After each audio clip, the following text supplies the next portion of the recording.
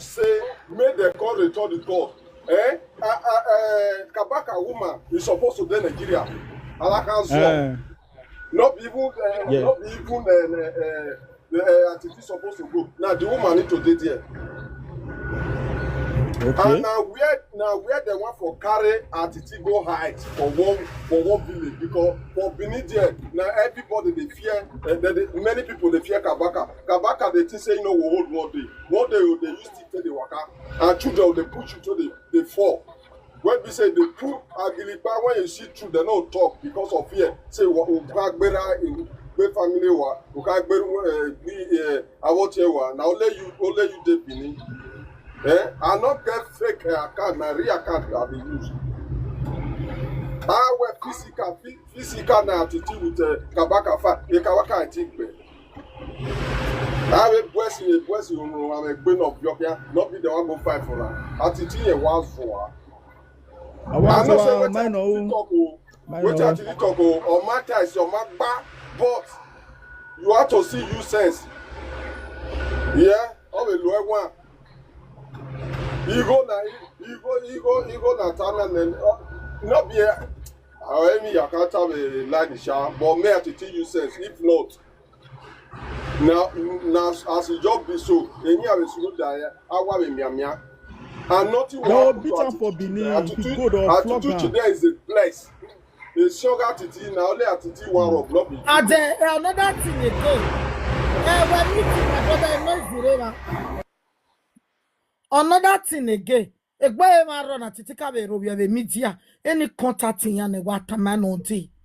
Atiti we want $5 na CID wa muti akewe. We under arrest. You don't know. E when bu contacting ya ne o we wa akwe wa gejo we viva day. Atiti we do akewe bodo ajekesi we Abuja.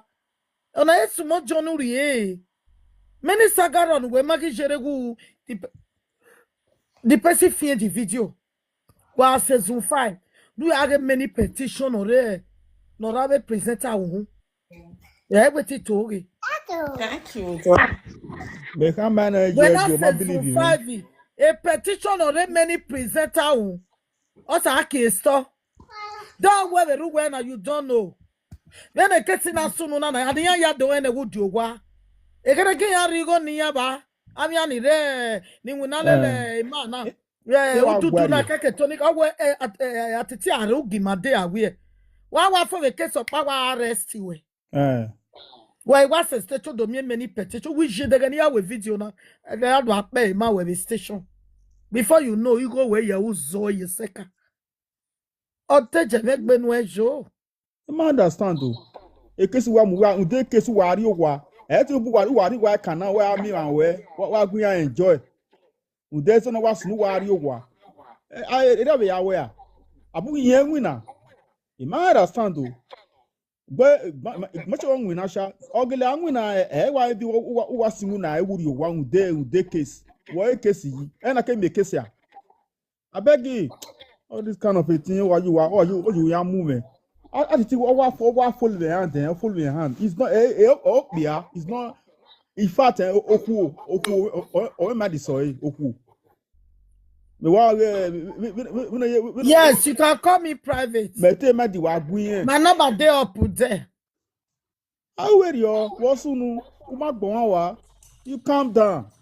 Come on, calm down. Who was sure? Biana no na oyi megare wa fana bi wota ekwe no wagun e ma no ga riva no la odukun do agun ekun ekwe ni agun understand igo ne dating ya use this miss na ya collect igo opportunity no ya the ticket agbome eni ta na we zin egbe ejo kebi na ya sunu na o ma ege family we ahia ma wetin ya jai family we maybe on your isi na we iya ma jai family we nobody no ejo we wala ti an wo aligo you worry ina mo eni go no wa ko do ta mi ya we no ga hire it doesn't make one sense e wa ta na gwegun yen ma oni yen ri Origo ni na wo yen gwa lo ni o ye be mi digo iye family organize ya mi o Igo ya mumoto. Igo ya de lave mi o ye ni ti go better anyway yari ogwa. They were a family when they ban ya mi o dudu ne. O dudu me na ikue. Then I have a presenter ya. O saba we say when many people na. E wo ya come down me ne. Then we make a video ne that we can do. Give family when you are here. Here ya met Tony Kabaka wa. Yes.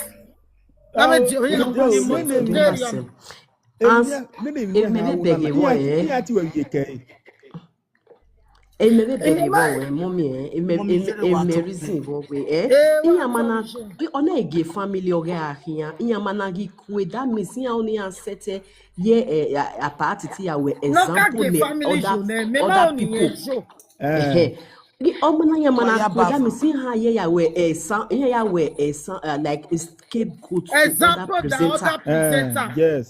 Yes, in the way Mama, not the this guy say monu bia.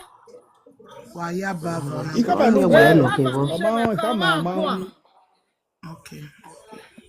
Mommy Joro wa talk be. What have you said? When a matter na jikoro radina because we made mu pa we do get a matter na so.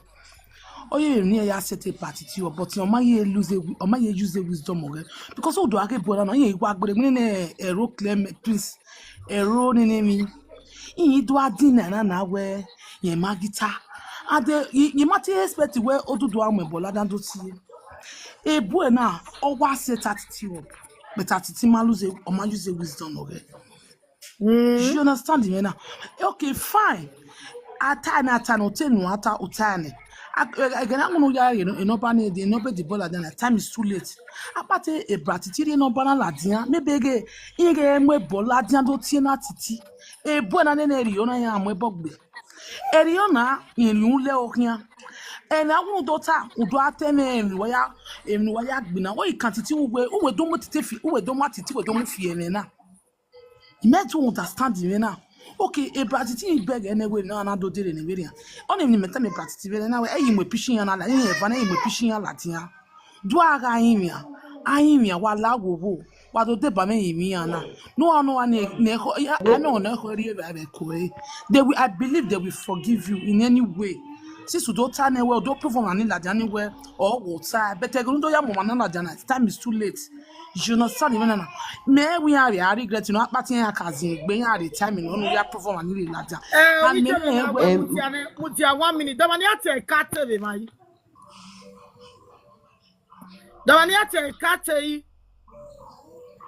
but I'm going to cat here.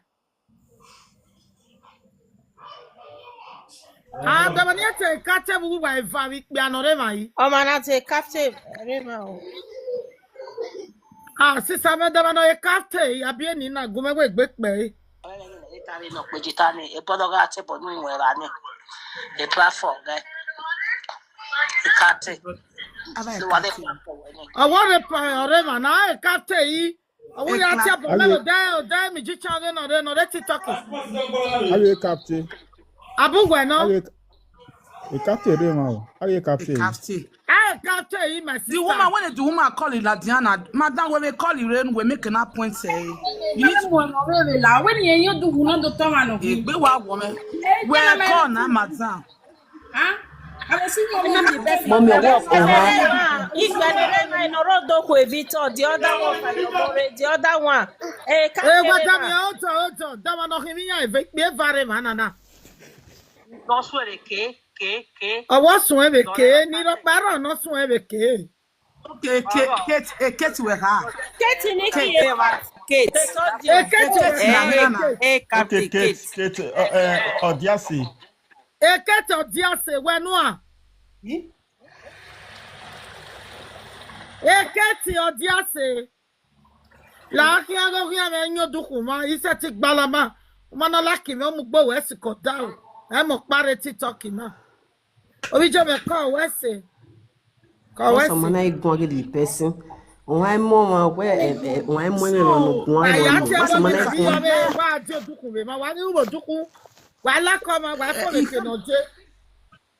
You come my brother. Okay, sister, or did not, or did not. eri amwe pisho ri na yi eke na oye na metu ogbe ivo we na no we dey ni dey na okay we need help ayi me mani ha di help due respect iye no kokomo madam due respect ije we be kin we are what making about them attitude that they plan wa dare no what mama ya gba mama Grandma was so when Titi gwa be mu we. Ya gba mama. Again, ọmọ no vie. Wala o. Ọmọ no vie. Mommy jere mutia, o yo na mutia, o we no mutia, o yo na ma no vie. Mwe wo. Ya boy no ka bien Mwe e. wo lao. Ọmọ sa. TikTok ile. Ọmọ sa no ro to na o, la o ya gba o ọmọ. Uke do ga kwa Mo bi ya la ma wo. Titi. Lare. Uwe bete ma La wo bozela. mu dia mo mi jere. Sama we iyo mille you understand me na. So we ege soma ye na we ge soma ye na owu ni madu laje na we ge maise won o ibele kai we bo we ni a character we ni character rin aje we maybe when do agba ogo mo other kind of stuff we maybe we you understand me we bet him na do we ni we camera da we bet him na oje owu ni madu laje ka boy na we ni me ku egbe be ya na ka boy ne boy na ka ma ni se de biscuit no re jo bo won je ni dari la owu ni madu ajuru and yatun you understand with the weather carry you the weather carry you turn a weather you turn me till da me ya ijuro because yatun with dia na yin o ma na ri fie na temenu ata ti so egbe we no te fie baba lo me be ko no temenu ata uwe je no kokko asana ono fia ona asana ni mere ke o no fia so imi o ime mi asa so the how ogugwo be fan of anina no make no do wen ri ekene na we do kana ya we dancer ene dance dey na ya me won't under what we had here that keferi you start this thing na so yeah me so one from the modi having key DJ no kokko mo no we ka boy won varo ije no ka je UK ma wa me kanate mama at least uwe yimiane we wala the platform we ya give aki oye na metu we moke man na me onela remember again when abo saga be Facebook we be take avite bo no man you understand at least no get na we e bratito of fuck up no fuck up ne una be like platform we no we yimiane we wa make na wa tem we wa dan wa gbe ijo mo we kin. You understand? I go one more bogbo of your man who are your man make sense really. After to really like platform and we encourage you. Atiti no aga we atiti no we wa make na what time mo we ni aga request we go le quincy. O man make sense. Yeah. I will see. Come on me. Mommy, naturally, go later, me allow later. Come on me. Me have a friend, we no ije na. Abege mi isunu na be yana da do tore. Opinions ogo ma no epe o nya pick. Na epe no be fearful. We no na wa sunu nya wa ho na gboya wa atem popa. Me ka be do be gwa me be do agwa be yana gwa ma be mi ni me ka be wu. Me be we mi no bu. So enwa ma ya ekolo won wa ro pa mo. So tie so. But pa mata so take it like that. I may not royal when I back Bogbo. We not soon no. We may wake here no na day or Busevoena. Wa even up the Kuana no sioma. Emi Ari, I can't no sioma. Or Aria Anna no sioma. It is life in Aji. Every soon no dama na ya and one. And I be a wig be. Even at the Timia Bona or ya having one be ya wig be. Or be ya load the no even massacre no kete. Or be ya on grace.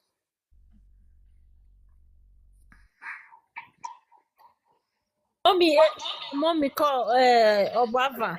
Can Atiti not made a mistake again? You're not boy any other time I you know. Ka gwale no ba ka kolo dodo ne because no bodo wa po we ya ka kolo dodo no okay agwa e ba no pa me wa me no me na me mistake bo ni ado atalo talo na just to beg na mi dodo na be mi Kabaka ni ha we but me ma support Atiti ario wa me ma dey support e at all no ario wa ma be support ga so ma support wa van because e mi no bu mi bu gbe ba gbon e ma support me ma support no ri wa cause me ma dey support o ha ga gwa ye ne mi kaka but o ma dey support eh Yeah. Huh? No, Rasa. Hello, BT.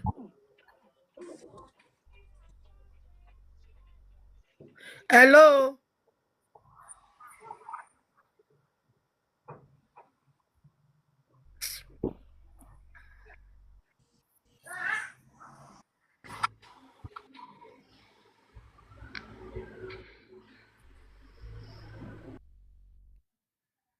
Princess. Princess. Mommy, Come, let me what the fuck, one guy saw.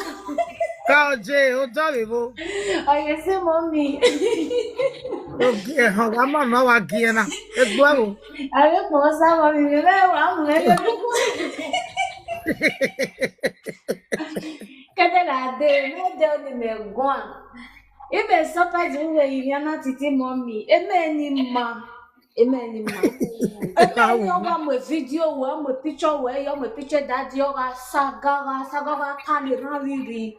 Ayi miye we, deve notaje, we e obo kento ni Kabaka ogbekan. Doma kekan ogbekan. Doma no kene do sinyo sede no kwoni. Ude no na obo kento ni Kabaka. Ona le ya sana mi no la dian we oge no. Okwoni ni ya gbekan yere social media. Okwoni Tony Kabaka ya mo agbon heve dagbon ije Tony Kabaka ragbon wori okwoni awi kwoni gele julane ni gele vin gbe Tony Kabaka ive yo wa ni rota agbon ni okwoni hi ai wa no ale wa Atiti wa yo bo gbe wewe no dudu ati e bojo ve na mi Kabaka na ve tie because saga Atiti e Kabaka me no jao cause of my businesses of no wo here. Okay, ona le tie Atiti na wa le gele ka me we ne Tony Kabaka ne odudu ya tie bojo e bo no dudu viola dian 2004 me ya odudu me vie bola dian do mu gbe no ron pa odudu ve mo dudu e wa we de no na bo a chief for that matter on hane no sugwa pata Ugbe mami wa Titi seti mwe egbe egboto ona egi egbere ona egi ma kekan ogi mu gboto deve no tai wo dudu ma vie bolaja emi na ya bon na vie wuru egiera ni ra mete era keje Hello, je me call. Titi te wa ono ya si title man for that matter the palace le gwa egbo na Titi no le seti le je gwa le ya temi na wo e ma se so we no carry o jane o ga iri o jane le o ya zo no wo ko dudu o le ya zo emi no o dudu o ya zo no wo ke to no le ya zo emi no dudu we no ru because ọmọ kan aza sukpe wewe ni ya no mana sukpe wewe unera no enogi unera no oba unera no okane rururo male ururi male gbe ko ego ke na ma eni kera ya bon na vie ruru dete ma ni mare re rio wejo e ba ga ha do go ya hu anere ma hu nere a wota wukun Atiti ha le gbe kama le go ma no le gbe kan ma kere social media ya gbe kan street governor ome loki wo ma kenira jeje na tanarata ale tin aga pe gogo le lera general rigo so we no carry o jane ona le ya mo mi feti mo mi feti na mo picture la dana asaga e maga mi le Facebook ya wa mi e wa so ngbe sa TV e o wa mo picture mo mi jo mo picture ro ya jo le social media keke le sota wata o wa ihwa le Facebook Imumu make you go sleepy. You got Titi. When on your job, you just mock your whole for us. So I'm not good at battle and go to but me way when no carry your giant. Oh, some when you come. Eni ka mo akobe ni ka mo we no ka wo loni. Okay, me na fi to dove. O me wa le biku. Sa ti we je de ni twere na ma le la. Princess. Mommy, you're at a play. Is a princess who go out of full ya. Here, I mean.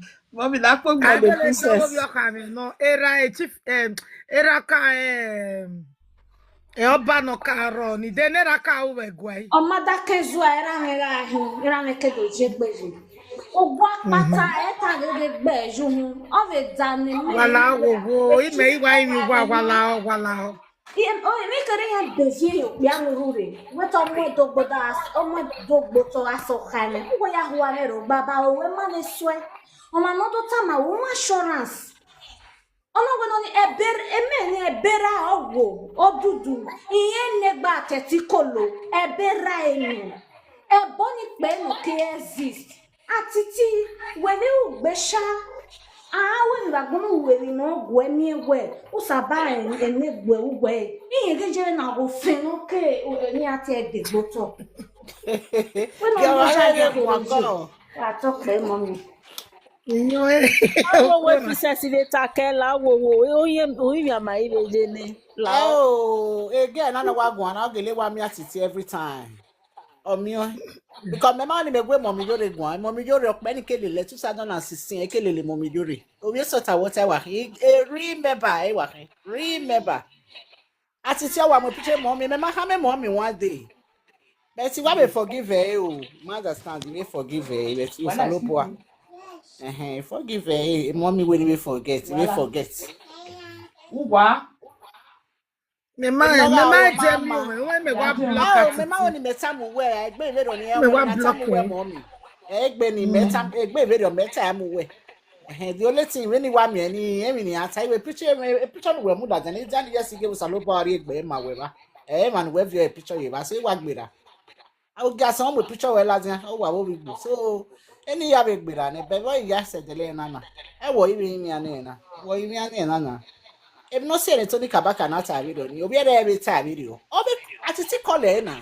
O ta ba wa Atiti ni na ha matiti wo wo hin we ha na. Ona we no do vie polati. Oye yo bog buju mami na. O see e obi e dey we no be o e ta we. Although we no be ta na we no ti wa. Atiti be ta yin you wa. O ma understand. That Atiti ma ha we wala o yan geti yin na so e sisi we no wa wata. Atiti we e di wa. You know here. Yeah, we were me rock my bed. You let me am a video. That is it. Only me able. Yeah, because we know you have disgrace. What do fear balance? Yeah, fear balance. We don't fear. Only me fear, but what my bonnet in my day. I beg. I be one here. I be. Salopano me for washer. Salopano me for eh. I'm working in laughing. I'm ready to go inside. Oh my, we movie picture. We just on game. We are easy. Away. I walk out. We picture man. I walk out. I mean, no share na. If I'm not busy, na. You might not happy with social media. You might not happy with social media. Na where we may want a no key. You name man not very happy. I mean, man, yati. Any kind of man, we get it. Any for any lesson no. We need. You might understand. God, the life is not done. You know why happy. Come on, man. One, Mommy Iyore. I want to wipe away every fear of everyone. I did have some one or two with social media. The time we forget or not. No. You know, men were mommy, you're out of way, much and I am a lad.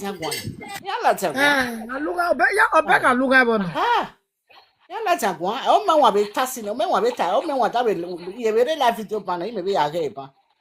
Well, material, to see how you were if. Na me guajo na me na letin ya weni we na lao eri me beta there's not here we na era ori ona tete ari ogwa we bi ayi mi aba we na lao there's a way na ya weni ti on emi ni ti on ade o ma na be la jan baba na be ata bo me wan we betu me tete we eri ogwa mother stand me beti me ka me so awe video na be na mute ina be tie na we Atiti me agwa yo nuga jo gwa we ya jo gwa na we no ga no na ye na be ya we so let's go no me ahia even na ga no no me dey tag mo you know so no committee ba yin abi to be ejo na be mani ese so we no ahia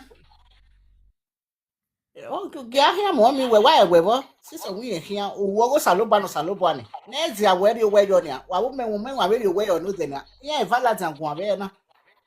Yeah, Latia. We are begging when I have social media, but at least. Lazia, when they run him, I need one you're sick, he might be one you're seeing near Baba. You understand? We are nene. Oh, again, I don't want one by a princess. Okay, let one me. It didn't be young, but remember, I move when one day my work every day, mommy. Jeno My kwa time yawe away. betio. My work every time. Matter my way. Mata mama me mama. I will maybe Ene na sunu me meke no ga Atiti de picture me so my way. I put na me gbe yo toto e ba when no saloba la no ege ya ya imi no ma no gbin because of him mama yo no so na to be gbe yo toto e ba mommy, owena my mommy you settle 16 days in memo. That my hammer owena mommy. Tell my when. Ruta mave wa mo. Iga ina well, women. Because me see look back of him, will guess so. Imagine. Oh, one of my men know what they preaching here in Yabo go what they are here, we are walking. We are they call holy and really. I beg. What forget? Atiti magbele kan ko jo an. Wherever my time where. Where what forgive any. I nefu. I get any kaiba. I get the tabana. Only one okay wa me see look back of him. Immune. Agbele kan ko ye pitch me be. Ima to God. Ima. The other is to that I will come for you, Mina. I beg mommy no worry. Forgive any. I will be more when I hear worry. Me no ga Moses 3 days go me marry. Me mati west. It make me score when next and mati where will be. Oh mu kwa. But you have time I work one we now abana forget everything. Mama, wo okay no, ima so we na lie. Ori kan ho mo mama still go to one man kan ho jori. Ori kan ho na de mu mi pa ye Europe. Ona mu mi pa mo bo no ye na ame. Ona mu mi pa no ye pa ku mo bo me do pa ke picture we. Ona wa son na. Ona tie no go eli. La when you here we do ni when you go me gwan Me on social media. Oh mama toge mama we toge.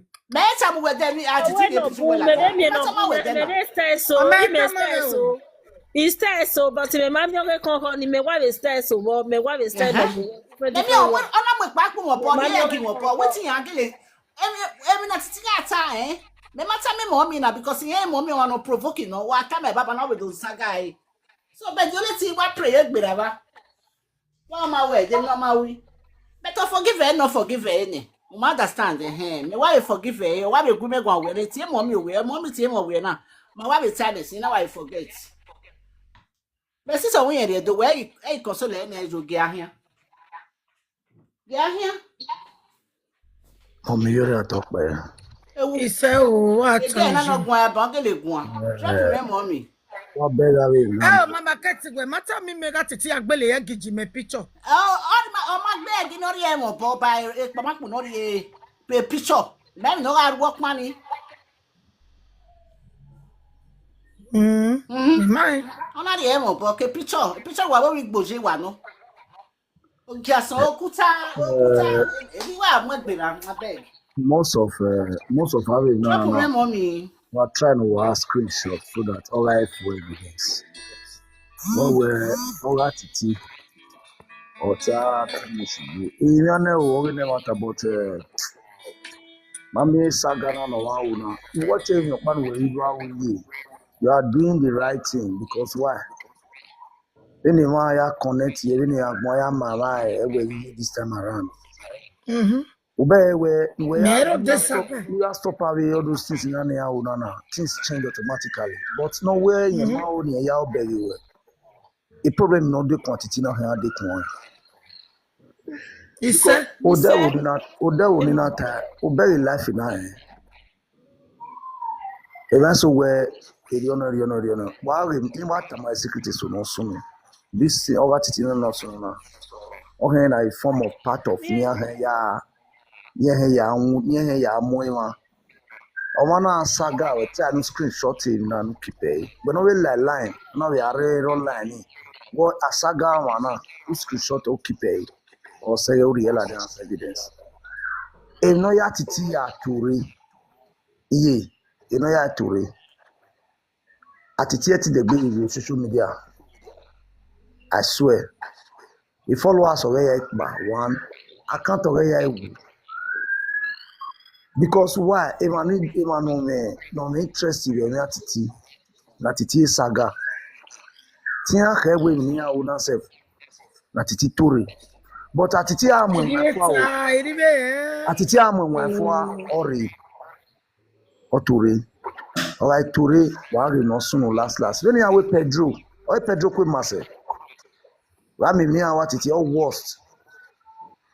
If you man no eti wa omana your friend o man o mari gijo. A police you do arrest man. A lawyer gain a lawyer ya no me kase You don't just move direct to worry running. If you have anything to talk, when I mute here, you have a son where you are about him. I don't dare to talk about do I give you what so? Don't wear son like about yeah, mommy, if you plan roll where Atitinari on a bad in Nigeria, a maro no offend Atitine. Nione Atiti worry, and Atitigari, and then where existing with talk. And the on no see Atiti gone or what Atiti organize a donation. Okay, organizing Atiti Ayariwa. Take it or leave it. The social media are no friend. On was a no friend, or say rock barrel. We were asking when you know what we worry. The only thing in Atitina wrong. You know what wrong. Who tag him away? The information who recorded in an agbalo ebe. We understand now. I don't know where to know ya sooner. Now do our beaver. They compare soon banner on the right. Or ya claim me right eh.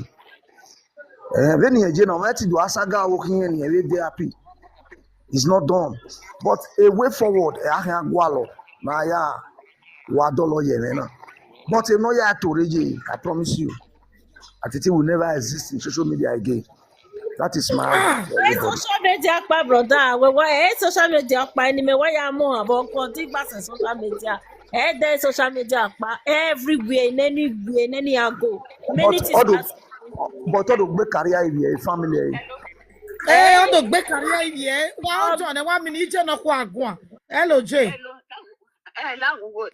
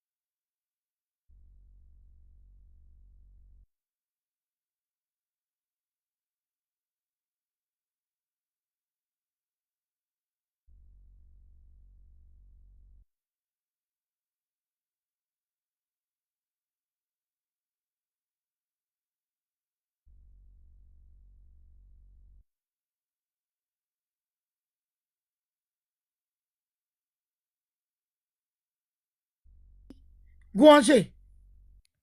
Hello, Jay. Go on. Madam, yo. Okay.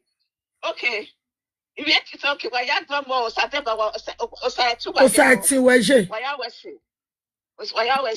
Atiti, because Ishima, on the Hesi, on the Ekiton.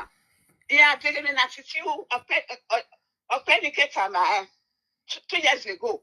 When attitude of Saga Saga, and I were what the quick call attitude. You like to do it in our way. Can we have a big game? Rukai. That man, I'm going to you. You may beg now where you must have what they get what is you. One if you touch the answer that again. Yeah, if you don't have to come here, I work with you, Latia. Yes, so not you who want. Oh, no, when they cow. Now, when they can't tell you, and I don't know what long go. What had to buy? Oh, I would have been out here, Latia. I'm not a mere way again. I have you, Latia. Why would you, Latia, again? Yeah, you were any, I forget. Mamma, tuto God DJ. Ma we gwana, ima mi oje. Ami e gu fio la tave gena. Okay. Opelane. Da wo. Well, Wesley, forgive and forgive any. If that's what I want, I know you forgive the Lord, forgive me, my forgive. Because you know where he's shaking. You want to Jay, none of it, you gonna me or ye.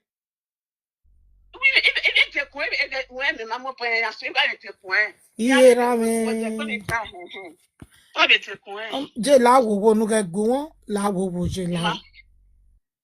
Call Jay.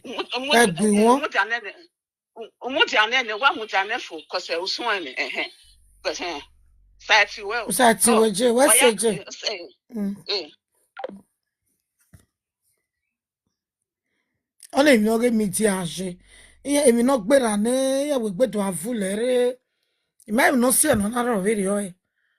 Wa ma vule la dia me ma e. Ben we na do atalo ne ma e kakaka. Ko si me wa block Atiti. Hello, mommy. I mean, no send you na dia la dia. We are my expecting get or other condition when you na we to mudiane. No when I don't mudiane na ne you na do aje igbere mi ni e wo mi o balon ni e u da we na me ma ne we my like. On your say you na do avie la dia. Understand? Hello, Mom Dora, talk me. Isaje wa toje. Oh, you were bound for Charity. you call you. Ogbewo. Abi mamusa. Oje. Atiti mewe video kparo no we wo bi na. O wetin yeri owa. Atiti awo yeri wa je ge ari owa yan ori ehun na lo mu e. Atiti kere da kin we ya gun ajo yi. Atiti ye nya. O we ga ijo wa re no we bibi we gbedo aze. The video kparo we Facebook wo we me blog am me. So wa fe je kere ya ige Atiti ye mi no. So Ima no donate go ye no here no ya adwa ki no do ye ti donate o ni me de ma de gese ni me de me gi me ye gbe video. That is for that. Because that see ye nya titi ma mo gbero ya wi are fi gweri ye iwinere gi me o ye nya. Ni me go di me betajo. What's it? Manje.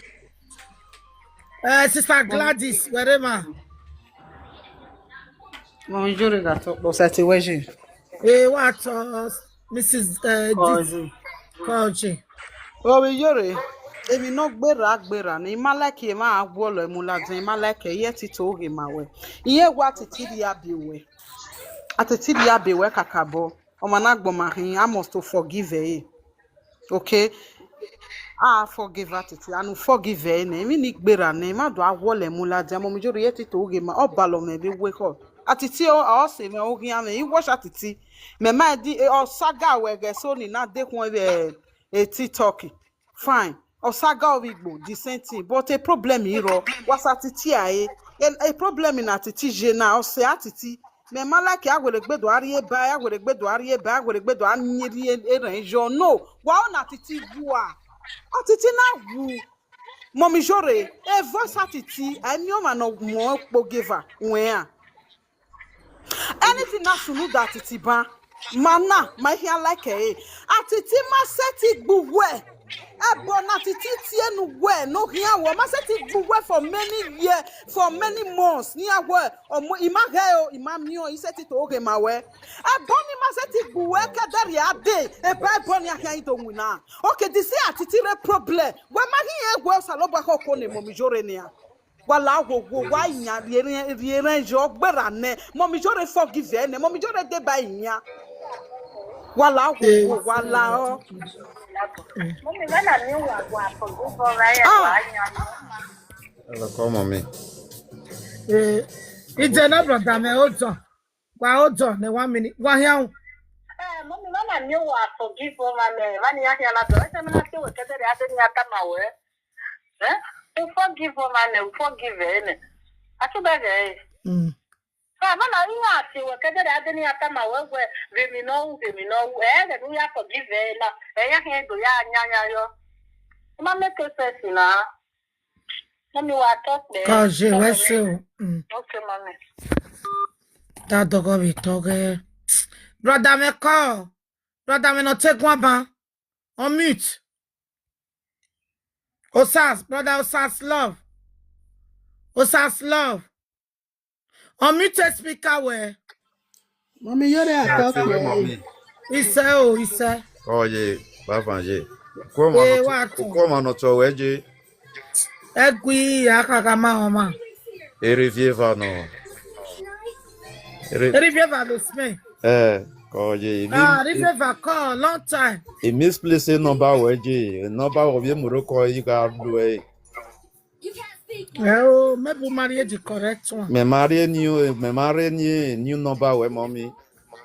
Call me yaji I mobo very ya won na Riviera. about 15 years in a very Juno Ya sir. ko ko bane Southwest. Oh yeah. Wa. Ibe number we already lali already face Oro dukun be mana okay, mommy, because you only take work one private. Oma. Okay, Wa mommy. to. Osati weje. Kada Ati je. wera. Koje. Oma atebe gun aba. Mommy, Tama na atebe gun aba yi. mommy said you above her.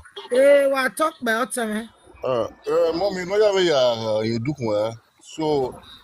Okay, no matter about maybe where Atiti yenya where ya already ya there's nothing like that. You know, and when I ask Mukero, I didn't follow Atiti. Ma sad na. So even 7 time maybe we the next of where here la ye put you in Nigeria here la worry. You know, where we be can so the only do ataba maybe what it in ya. Imagine Atiti ya take be running, you know. So And it's mommy, mommy, I did but we to forgive Atiti, you know. So I don't know how you do, mom. Oh, yeah, baba, what's so domosa. yeah, man. Ama vera na ogun. Mommy B, where Mama B. Hello.